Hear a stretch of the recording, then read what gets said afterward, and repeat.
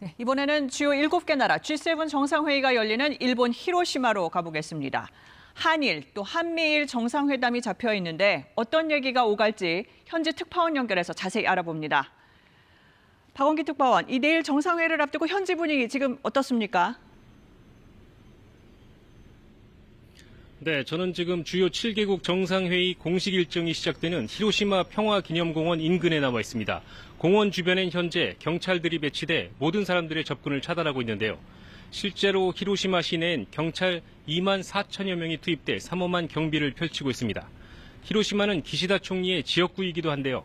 지난달 총리를 노린 폭발물 투척 사건 뒤로 경비가 대폭 강화됐습니다.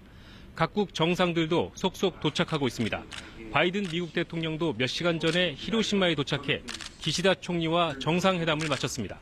이번 G7 정상회의에선 타이완 해협의 평화와 안정, 러시아 제재 강화 등이 공동 성명에 담길 것으로 보입니다.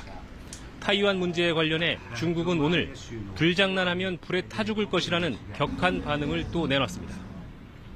네, 윤석열 대통령은 내일 그곳에 도착하죠? 네, 그렇습니다. 이번 히로시마 G7을 계기로 한일, 한미일 정상회담이 예정돼 있는데요. 윤 대통령은 내일부터 2박 3일 동안 히로시마에 머물면서 미국, 일본 정상은 물론 다른 주요국 정상과도 회담합니다. 안보와 경제 현안이 주로 논의될 전망인데 이른바 가치동맹 기조를 더 명확히 하는 자리가 될 것으로 보입니다. 한미일 정상회담에선 북한의 핵미사일 위협에 대한 세 나라의 공동 대응 방안을 논의할 것으로 전망됩니다. 네, 윤 대통령이 기시다 총리와 같이 이 한국인 원폭 희생자 위령비를 찾는다는데 박 특파원이 그 피해자들 만나봤죠?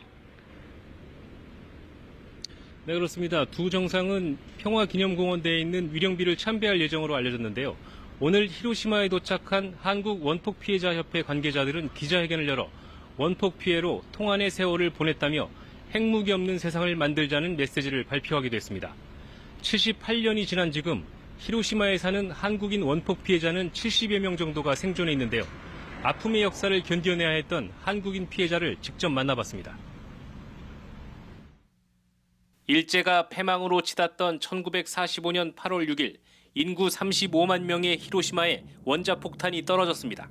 당시 12살이었던 박남주 할머니는 동생과 함께 전차에 타고 있다가 지옥을 봤다고 말했습니다.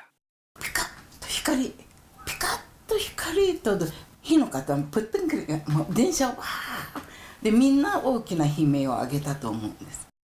원폭이 떨어진 곳으로부터 전차까지 거리는 2km도 채 되지 않았고 이윽고 방사능을 머금은 검은 비가 며칠간 내렸습니다.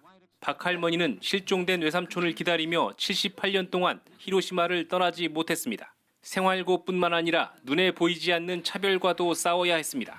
闇市で今を打ったいろんなことをして生き延びてきました。で、その平凡と同時に私たちは外国人ですよね。 히로시마에 살던 조선인 8만 명 가운데 5만 명이 피폭을 당했고 이 가운데 3만 명이 사망한 것으로 추산되고 있습니다. 상당수가 미쓰비시 군수공장에 강제로 끌려온 이들과 그 가족들이었습니다.